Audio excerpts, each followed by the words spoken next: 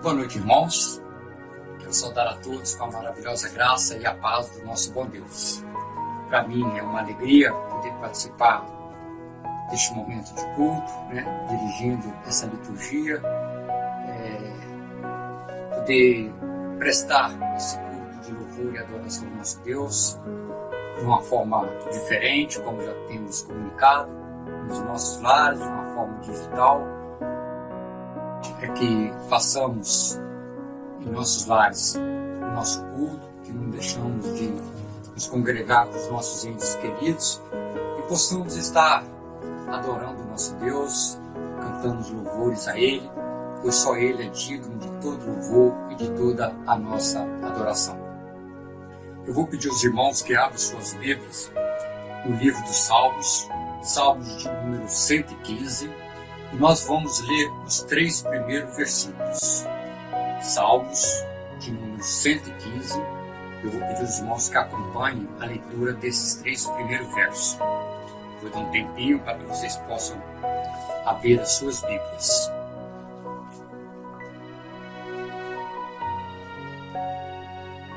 Honras somente a Deus. Não a nós, Senhor, não a nós, mas ao Teu nome da glória, por amor da Tua misericórdia e da Tua fidelidade. Porque diriam as nações, onde está o Deus deles? Nos céus está o nosso Deus, e tudo faz como lhe agrada. Este salmo, a Bíblia de Genebra vem falar que é um salmo, esse é uma liturgia para a adoração pública. Deus nos convida, Deus nos conclama a botar a nossa confiança, a nossa esperança no nosso Deus, Deus verdadeiro, Deus todo-poderoso, Deus que está cuidando da nossa nação, Deus que está cuidando de todas as nações. Esse salmo, ele nos ensina que nós não devemos estar botando a nossa esperança em homens, não devemos estar botando a nossa esperança em governadores, mas botar a nossa esperança naquele que tem poder, para cuidar das nossas vidas. Diante dessa pandemia, não devemos nos assustar, ficar preocupados, devemos ter a certeza que o nosso Deus, o Deus poderoso, o Deus criador do céu e da terra, está governando neste momento. E Deus nos convida, através desse salmo, a prestar o nosso culto, o nosso louvor, a nossa adoração a Ele. Eu convido os irmãos para abrir os seus naves ou acessar de forma digital, no seu celular, no seu tablet, o hino de número 3. E nós vamos estar louvando o nosso Deus, acompanhando pelo nosso celular.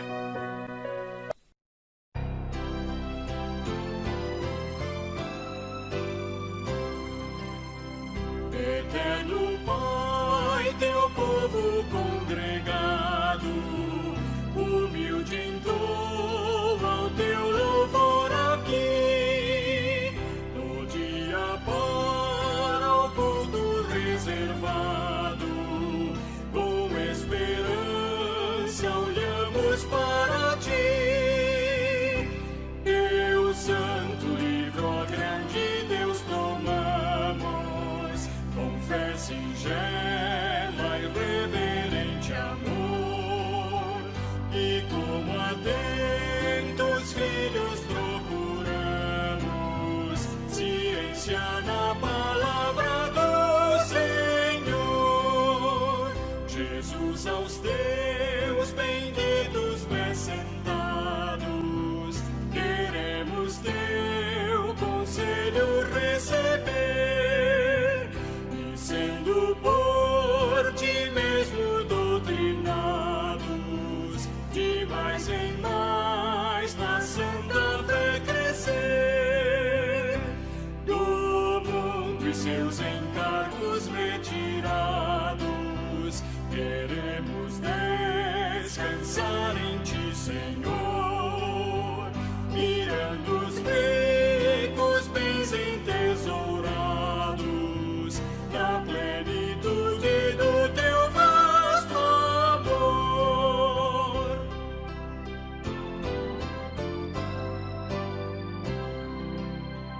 Ensina aos teus Espírito Divino, dissipa as trevas destes corações.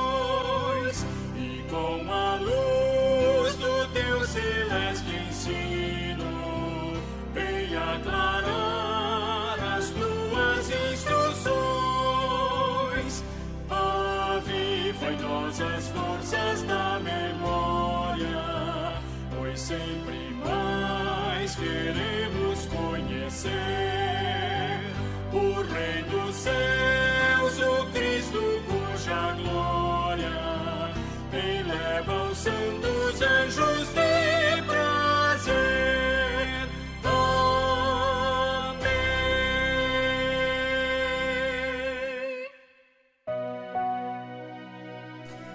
Depois deste momento de louvor ao nosso Deus, pois só Ele é digno de receber o nosso louvor, eu vou pedir aos irmãos que abram suas Bíblias no livro de Colossenses, no capítulo 3, e nós vamos ler dois versos, o verso de número 5 e o verso de número 10. Colossenses, capítulo 3, e acompanhe a leitura de dois versos, o verso de número 5 e o verso de número 10. Diz assim a palavra do nosso Deus: Fazei, pois, morrer a vossa natureza terrena, prostituição, impureza, paixão, lasciva, desejo maligno e a avareza, que é idolatria. Agora o verso de número 10. E vos revestiste do novo homem que se refaz para o pleno conhecimento, segundo a imagem daquele que o criou. Deus nos convida a largar o velho homem de lado, aquelas práticas que desagradavam a Deus.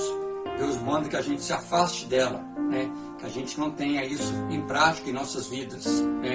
Deus manda agora nos revestir de um novo homem, homem esse que tem lutado contra o pecado, homem esse que tem buscado desviar os seus passos daqueles caminhos que desagradam a Deus.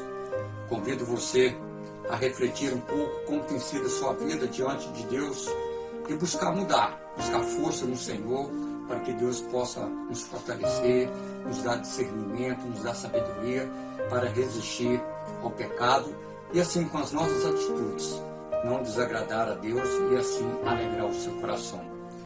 Também eu convido você a abrir o seu inário no número 98, hino de número 98, e nós vamos entoar este louvor agradecido a Deus pelo perdão recebido.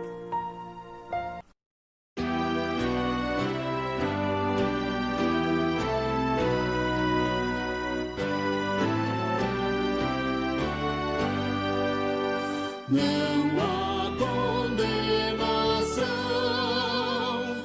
assim diz o Senhor, pois temos ante o tribunal perfeito defensor. Não há condenação, o justo e santo Deus aceita Cristo mediador, que entrou por nós nos céus. Não há condenação, repousou a alma aqui. É Cristo quem na cruz morreu, deu advogado ali.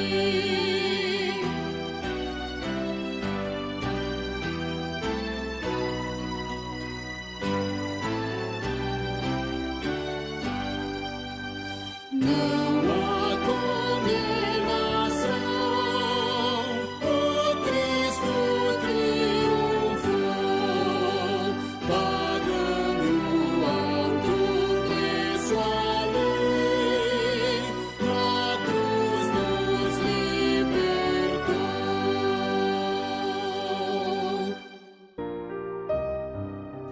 Para o nosso momento de louvor, eu convido os irmãos a abrir as suas Bíblias nos Salmos de número 103 e os irmãos acompanhem a leitura somente do primeiro verso. Salmo 103, primeiro verso deste salmo. Diz assim a palavra do Senhor: Bendiz, ó minha alma, ao Senhor, e tudo que há em mim, bendiga ao seu santo nome. Nós vamos acompanhar agora um vídeo das crianças, que trará uma apresentação. Em seguida, nós vamos continuar louvando nosso Deus com o hino de número 38.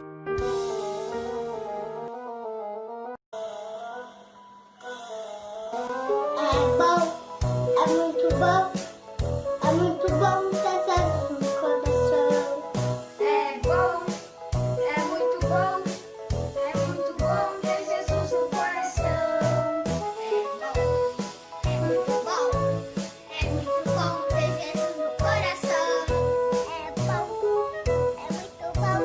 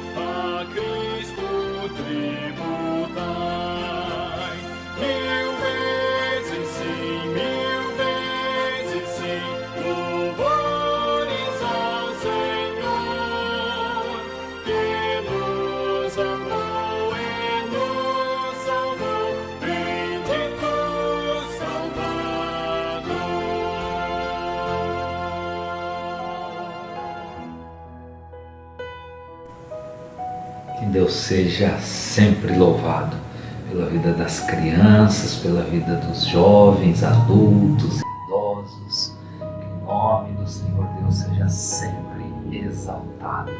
Amém. Graça e paz aos irmãos e irmãs da Primeira Igreja Presbiteriana de Caraguatatuba. Graça e paz também sobre a vida de todos que nos assistem ou que irão assistir este vídeo. Que cada parte deste culto seja para louvor e glória do nome do Senhor Deus, mas também para a edificação de cada um de nós. E falando em edificação, nós teremos agora um momento de edificação na palavra do Senhor.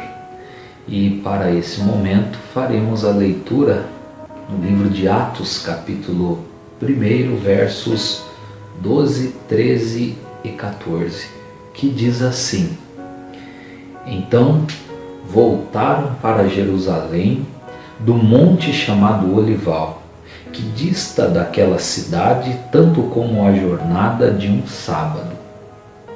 Quando ali entraram, subiram para o cenáculo, onde se reuniram Pedro, João, Tiago, André, Filipe, Tomé, Bartolomeu, Mateus, Tiago, filho de Alfeu, Simão, o Zelote, e Judas, filho de Tiago.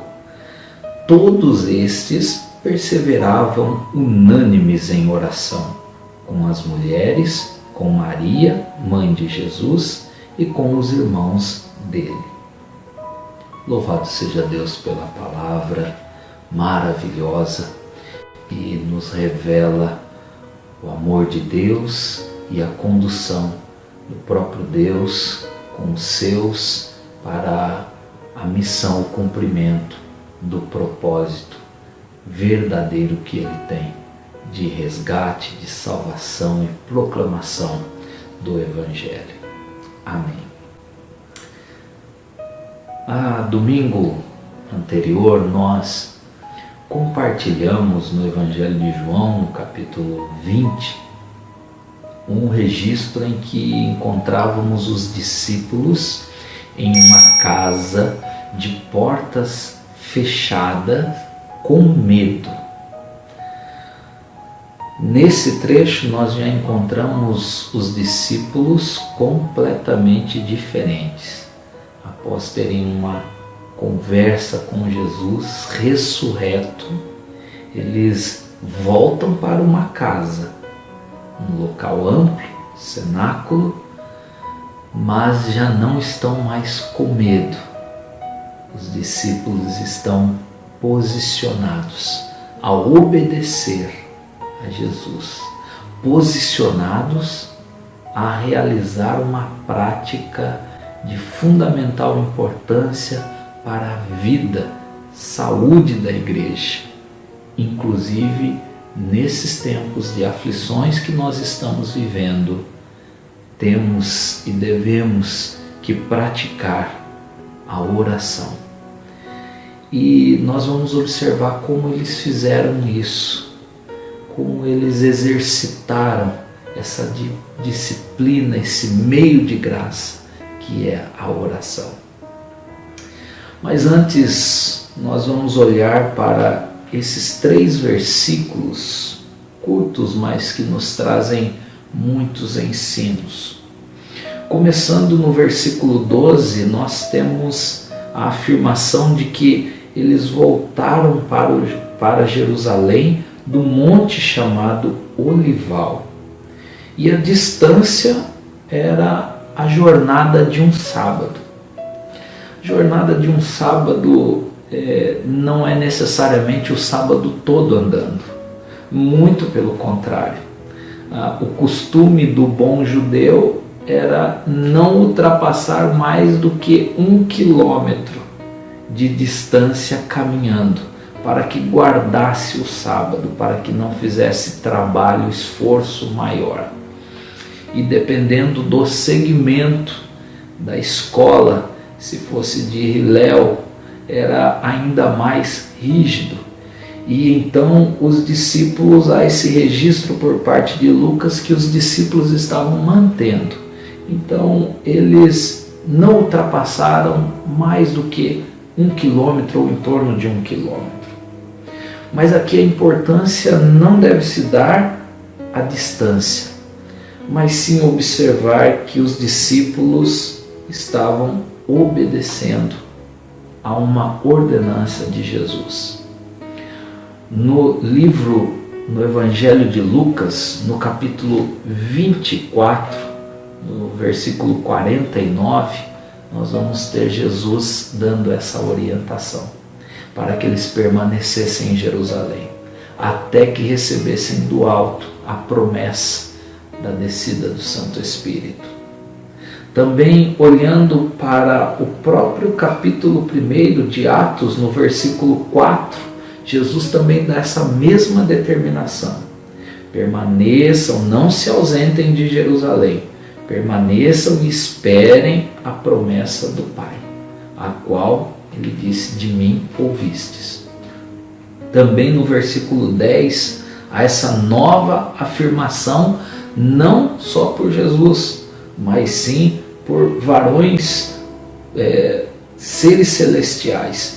Estando os discípulos com os olhos fitos aos céus enquanto Jesus subia, eis que 2 varões vestidos de branco se puseram ao lado deles e lhes disseram: varões galileus, por que estáis olhando para as alturas? Esse Jesus dentre vós foi assunto ao céu e virá como o modo que subiu. Então a ordenança era para que os discípulos aguardassem em Jerusalém.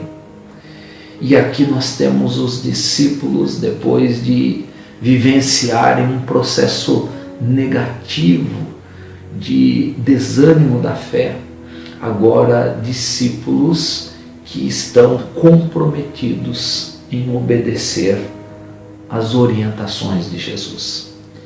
Ainda a pressão externa era real, porque os líderes judeus ainda estavam pressionando, e os relatos de Atos, a continuidade do relato do livro de Atos, nos mostra que os líderes judeus perseguiram os discípulos em todas as cidades às quais eles passavam pregando o Evangelho. Mais adiante, Paulo vai ser vítima, que foi um dos perseguidores. Então a pressão externa ainda continuava.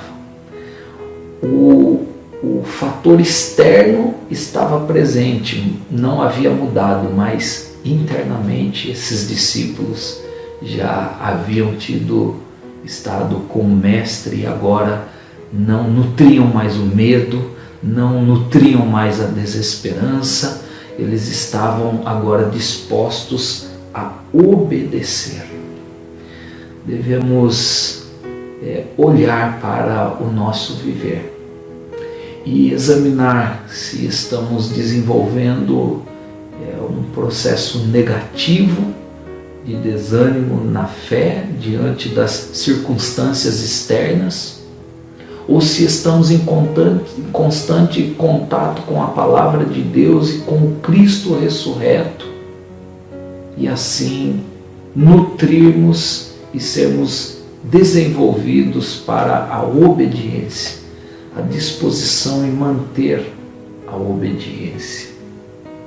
Seguindo o texto, diz que eles subiram para um cenáculo e estava reunido ali os 11. O primeiro destaque em relação à reunião dos 11 é que aqui ficava notório a ausência de Judas, que já havia cometido o suicídio, que já havia ido para a perdição. Os discípulos certamente estavam abatidos também por esse motivo. Os discípulos certamente ou inevitavelmente sentiam a ausência. A ausência de Jesus superada pela presença do Cristo ressurreto. mas eles já não estavam mais como antes, entre 12 seguindo a Jesus. Tanto é que a partir do versículo 15 nós temos os discípulos reunidos com mais 120 pessoas, e Pedro se levanta e diz que necessário era compor a vaga de Judas. Então a ausência que era suprida, além da pressão externa, da perseguição dos líderes judeus, também tinha uma lacuna interna, uma ausência sentida, e todo o impacto causado pela traição de Judas. Então, pressão externa, sensação e sentimento de ausência, um sentimento e uma consciência de que faltava alguém, não estavam sendo suficientes partes negativas para que esses discípulos mantivessem uma postura de obediência e mantivessem um objetivo de oração, de consagração para o cumprimento da missão a qual o Senhor Jesus lhes incumbiu. Mas antes de falar da oração e do cumprimento da missão, ainda olhando para a lista dos nomes, nós temos aqui uma lista diferente das quais apresenta o Evangelho de Mateus e de Lucas. Aqui nós temos uma sequência quase que apresentando a ordem no sentido de liderança. Pedro aparece em primeiro, João, Tiago, André. Pedro, João e Tiago já apresentavam por várias vezes serem aqueles que acompanhavam Jesus de mais perto. Quando Jesus curou a filha de Jairo, os três estavam presentes. Quando Jesus passa pela transfiguração no monte, os três estavam presentes. Quando Jesus vai orar no Getsemane, ele chama os três para mais perto de si. Então aqui nós já encontramos uma ordem. Pedro como um líder neste momento, João e Tiago também, e os demais presentes, todos aqui. Eles estavam presentes, não somente eles, versículo 14 diz que eles estavam ali e também presentes estavam as mulheres, Maria, mãe de Jesus, e todos os irmãos de Jesus. Ali estavam presentes os discípulos, estavam presentes mulheres, estavam presentes a mãe de Jesus e os irmãos de Jesus. Ou seja, estava um grupo de pessoas, uma igreja reunida.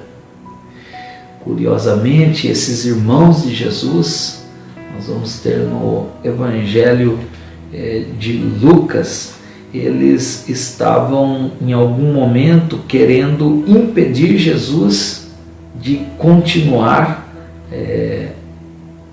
a missão que Jesus tinha. O Evangelho de Mateus, no capítulo 12, versículo 48, dizem: tua mãe e teu irmão estão aí fora. E eles foram lá com o intuito de tirar Jesus daquele momento que Jesus estava pregando o Evangelho e estava confrontando as autoridades judaicas. E agora estão aqui, juntos, unânimes em oração, com os 11. E nessa parte de estarem unânimes em oração, cabe uma observação mais acurada deste momento. Comentando esse texto, Calvino disse que esse deve ser o padrão da oração da igreja. Perseverantes e unânimes, em perseverança e unanimidade. Esse termo perseverança, ele aparece 11 vezes no Novo Testamento. E 10 das 11 vezes aparece nos escritos de Lucas, tanto no Evangelho como no livro de Atos. Somente Paulo vai usar uma outra vez esse termo de perseverar em oração. Então é muito importante observar no registro de Lucas que narra a real condição da igreja. Estavam em perseverança e unanimidade. Olhando para a perseverança, nós vamos ter inúmeros relatos de pessoas no contexto, nos relatos bíblicos, que perseveraram. Perseverança está relacionada com a paciência.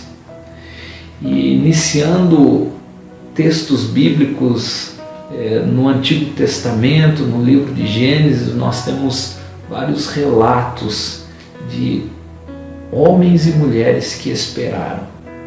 Nós temos vários relatos de Abraão e Sara esperando Isaac, sendo Sara estéril.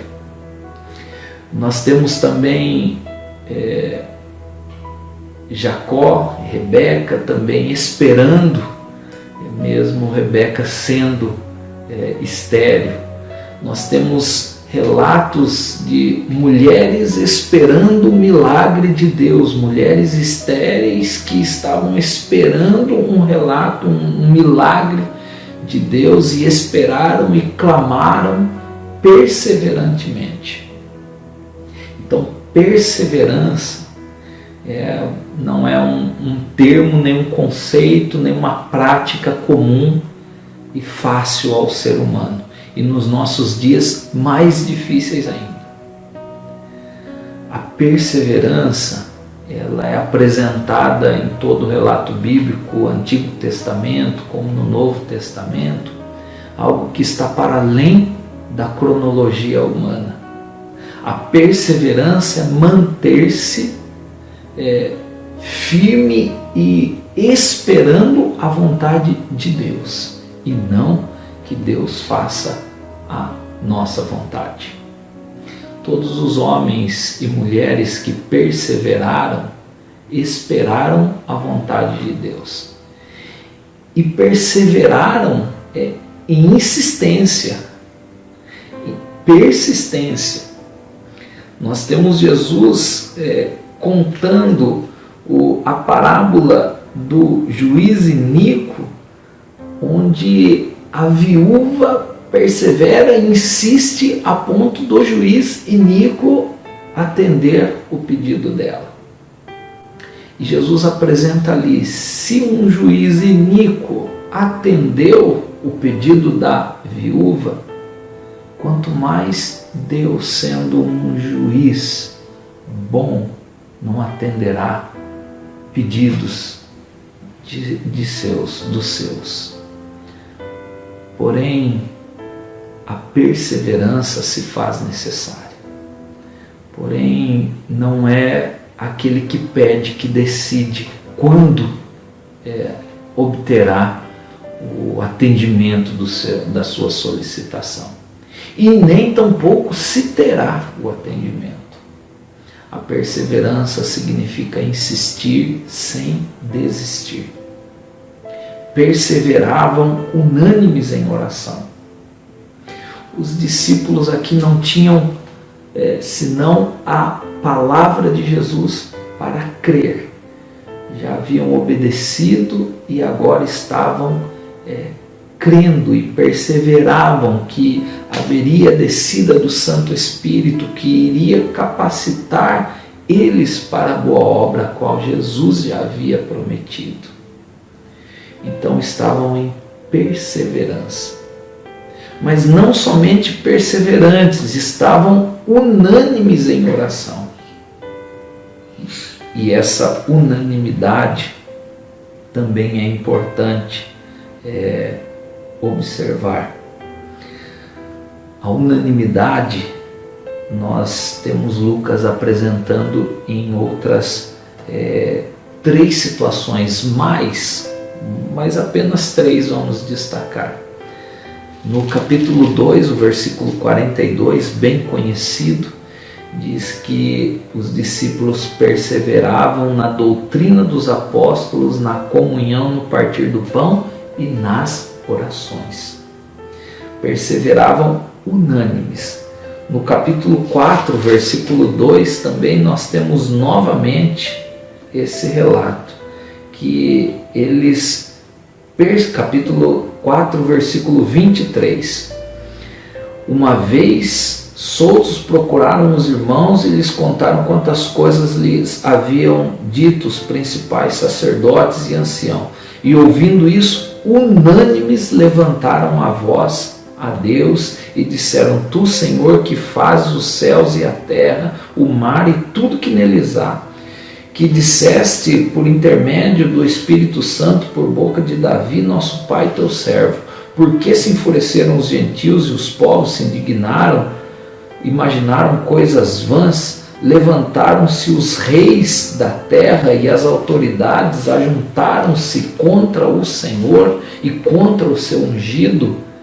E seguindo, o versículo 29 diz: agora, Senhor, olha para as ameaças e concede aos teus servos que anunciem com toda a intrepidez a tua palavra. Novamente, no capítulo 13, nós vamos encontrar os discípulos que estavam unidos em oração. Diz assim o texto no versículo 3 do capítulo 13. Então, jejuando e orando, impondo as mãos, despediram a equipe missionária que seria liderada pelo apóstolo Paulo tão brevemente para a proclamação do Evangelho.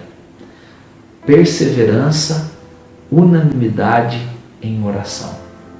E essa perseverança unânimes, ela tem a ver com a unidade de mente. O apóstolo Paulo vai trabalhar esse conceito mais amplamente, para que pensem do mesmo modo.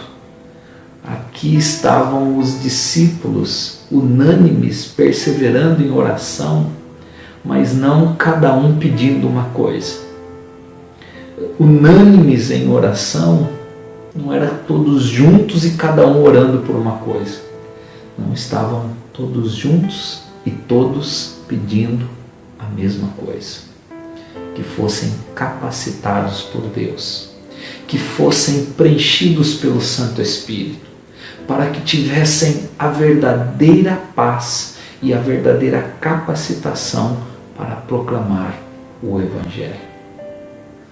A igreja reunida, composta de líderes, os discípulos, os apóstolos, juntamente com mulheres, por que não dizer com crianças, com a família de Jesus, e uma assembleia de 120 pessoas, estavam perseverando, não desistiram, estavam unânimes, em uma unidade de mente e de propósito, pedindo a Deus para que fossem capacitados com capacitação do alto para proclamar o reino de Deus, para falar para toda a sociedade da época que havia esperança sim, e que a esperança estava em Cristo Jesus, o Senhor, o Salvador. Eles não estavam em uma condição fácil, estavam vivenciando pressões externas, estavam vivenciando pressões internas e estavam ainda assim obedientes a Jesus, ainda assim organizados em unidade, com um só propósito, perseverando, insistindo, para que a soberana graça de Deus fosse derramada e que eles pudessem vivenciar o propósito de servir, serem úteis na proclamação do reino. Que essa seja uma verdade para a igreja dos dias de hoje. Que a igreja esteja unida em um só propósito. Se a sociedade, se o governo, se as camadas sociais se dividem e discutem e cada um tem interesse próprio e particular, que a igreja se una em um propósito de ser capacitada por Deus para a proclamação do reino, para a verdade de que o homem, o ser humano, necessita desse auxílio advindo do alto para ter a reconciliação, para ter essa paz e atitudes de amor, de solidariedade, de generosidade, como logo em seguida esses discípulos terão. Uma atitude de generosidade em meio a um momento de crise. Que a igreja do Senhor seja capacitada pelo próprio Deus para, em unidade, proclamar o reino, o Evangelho. Que Deus assim abençoe grandemente a sua vida, a vida da sua família, a vida da igreja do Senhor na terra. Amém.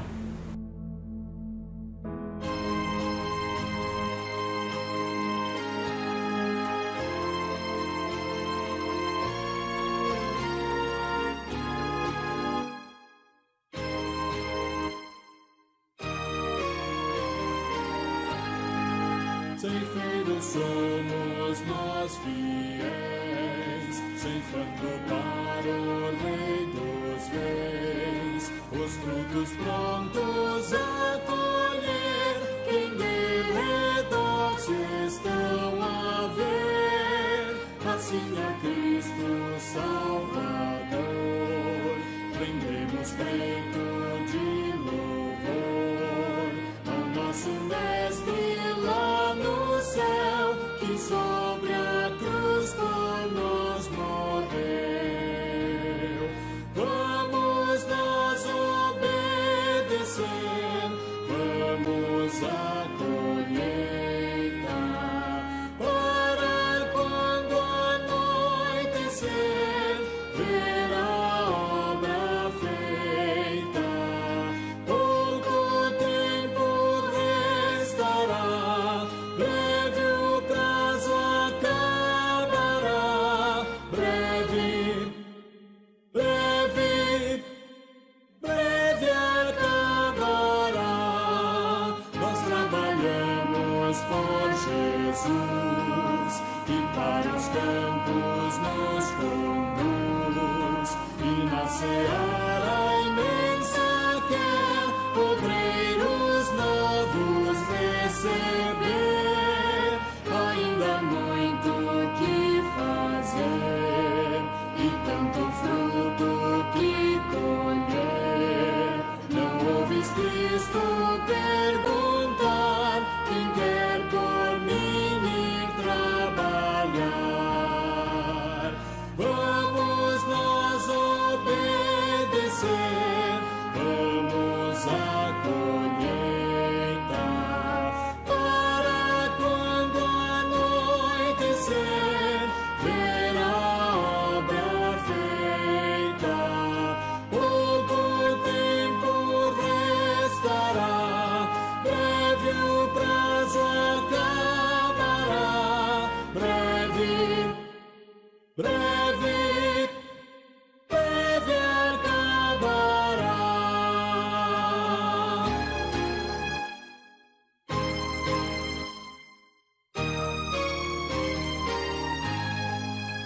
estão as horas a fugir, o teu Senhor não tarda em vir. Tu queres fruto ao céu levar, ou folha só apresentar?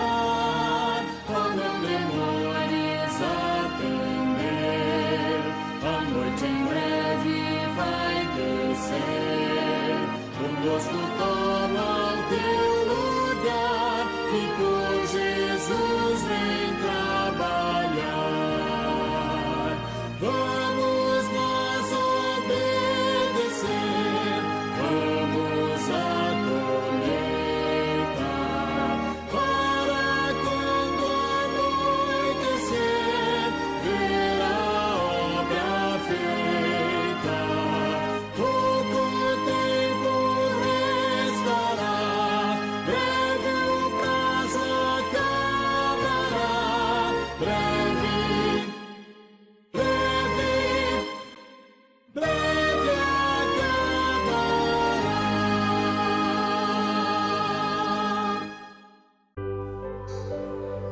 Oremos, agradecendo a Deus por este culto.